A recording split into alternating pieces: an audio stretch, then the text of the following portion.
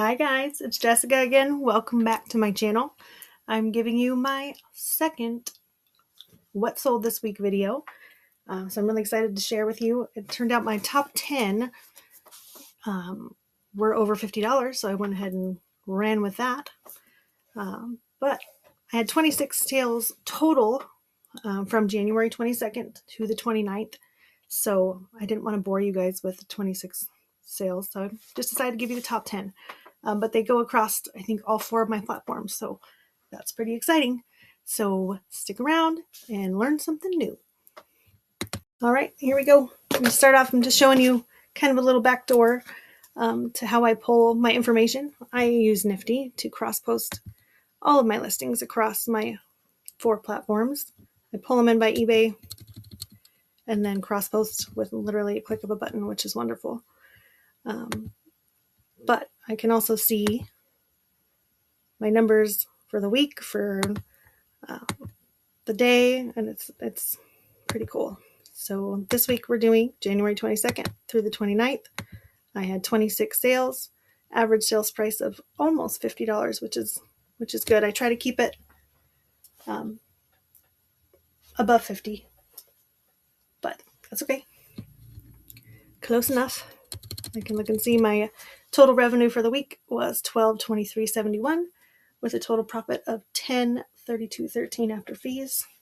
Kind of a breakdown. This is usually my breakdown. eBay wins. Poshmark is getting there.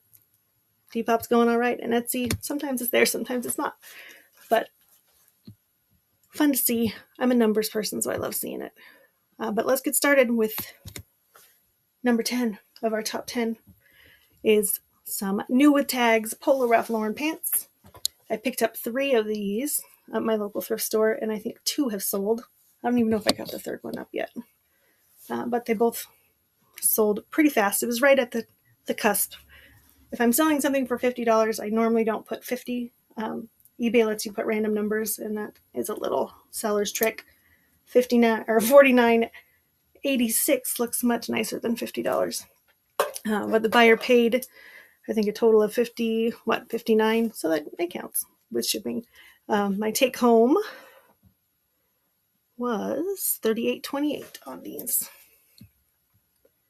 Not bad. And then my 2 Etsy's were both $50 sales. So this was what is this? Cross stitch. I love selling cross stitch. I'm a little cross stitch old lady. I just love them. And other people do too. Obviously, I've sold some pretty crazy ones over the last 2 years, and I'm sure they'll make a top 10 video of 2025 because there's some good ones. Which that's a good idea. Maybe I'll make that one next. But anyways, this was a framed behind glass. Sold for $50. The buyer actually paid $26 to ship it. That's one thing I notice about Etsy buyers is they don't care what it costs to ship. They'll choose the fastest shipping and they'll pay it, which is kind of nice. Gets there fast. Good.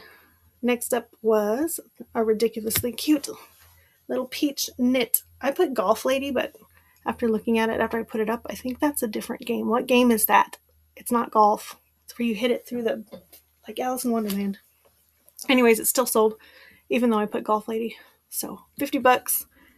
That one take home was $44.49. Not a bad little sale. I mean, for a $50 sale to take home $44, fees aren't that crazy on Etsy. I know a few people have said, "Oh, I don't sell on there. The fees are crazy," but they're really not. I mean, you pay a subscription to have the store. I get that, but as long as you're selling and making money on it, it's totally worth it. Next up is a Poshmark sale. This is one of the ways I keep my ASP, my average sales price, a little higher. These were just a great solid bread and butter brand called Municipal, kind of like a base layer type of item or gym wear. But I got them for a good price and figured if I lot them together, they were the same size, just different styles or colors, I will absolutely put them together and take a $52 sale over a $25 sale. And yeah, I've noticed good things doing that, which is cool. Next up was, oh, I love this sweater. If you watched my last video, I sold my vintage 90s duck sweater. This week we had a vintage 90s horse sweater, double-sided, Georgetown, Colorado. Just some great keywords when you're finding pieces like this: nature, horse, double-sided. Destination is a good one when they have towns on them. People collect different towns that they like going to or love. So this was actually a pretty quick sale. I think it was only up for about 3 weeks, and for $60. Like, yeah, if you know what to look for in those 90s crew neck sweaters, they can be great money.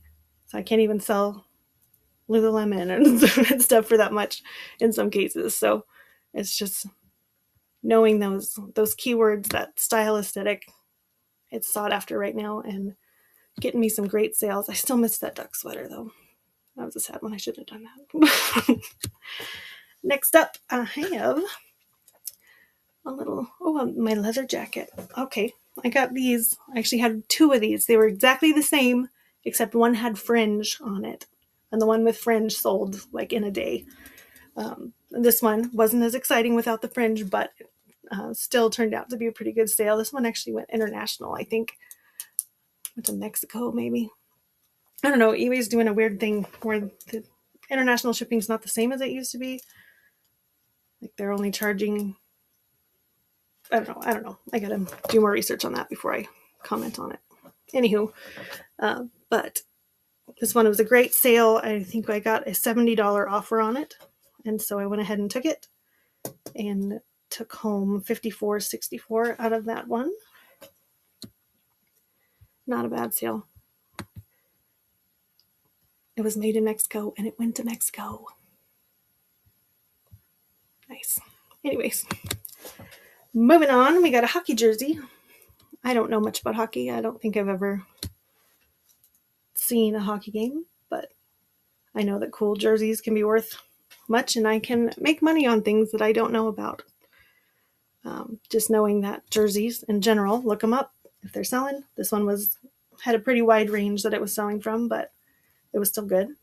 I took, I think, a 74 offer on this one, and took home $55.67. Not a bad sale. Another leather jacket. It was leather jacket week. People are searching for leather jackets. Biker core is hot right now. But I found this one at my local Goodwill. I think I paid up a little on it, maybe between $12 and $13.